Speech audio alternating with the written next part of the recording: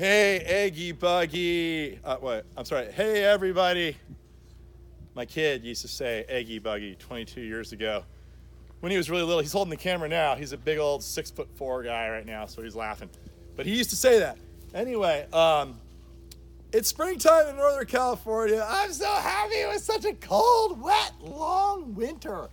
It was like floods, man, floods. Look at the glory hole.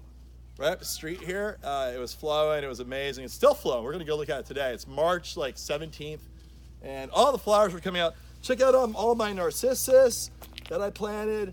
I had all these bulbs I dug up from a job, and I didn't know what to do with them, so I put them all out here, and some daffodils.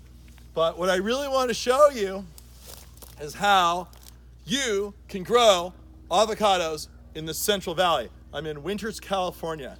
That's just north of Vacaville. You can look up here. You can see the mountains over there. Those are the Berryessa Mountains. They're also called the Blue Ridge Mountains. And Lake Berryessa is right up over that hill. Those mountains are about 2,500 feet. What ends up happening here, this is severely dry, severely hot. It's in a rain shadow, just like the other side of the Sierra. The backside of the Sierra gets really dry real quick because the air descends.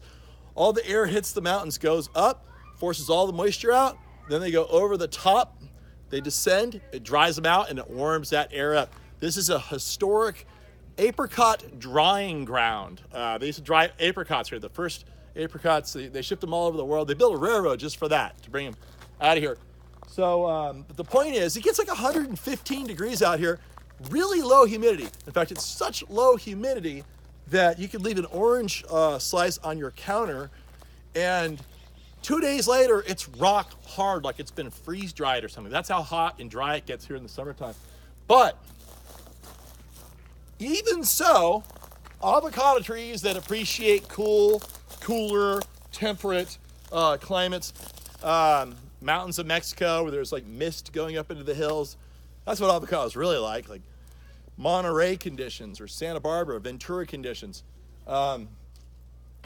They could even make it here. Look, this is one of the more tender avocados. This is a little avocado. Granted, we're up here in zone 9. I'll explain something else. Now, we're on just the foothills, all surrounding the Central Valley. The flat part of the valley is down that way. We're on the very edge of the valley. So what ends up happening is all this cold air in the wintertime is heavy, and it sinks, and it rolls off these slopes down into these gullies, and it works its way down in the Central Valley. If you look at the Sunset Climate Zone map, you'll see there's a zone 9 all around the valley.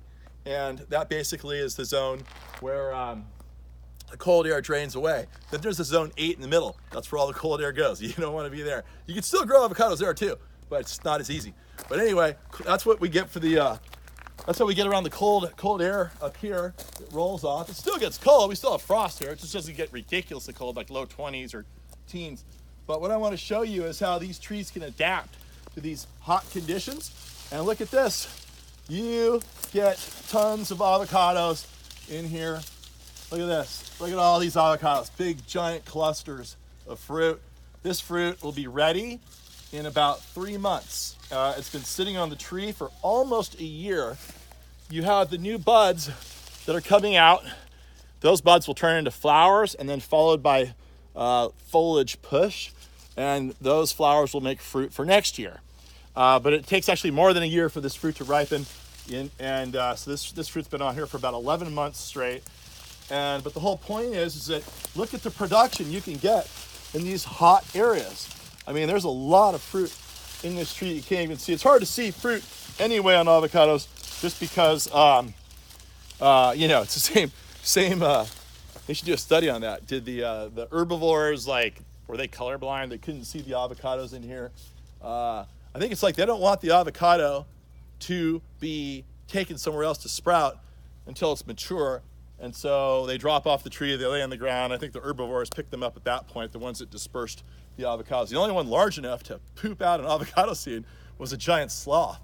So the avocados were kind of going extinct because the sloth was gone. That's a whole other story. But anyway, the whole point is, don't be afraid in the Central Valley, especially if you're in zone 9, to take on some avocado trees.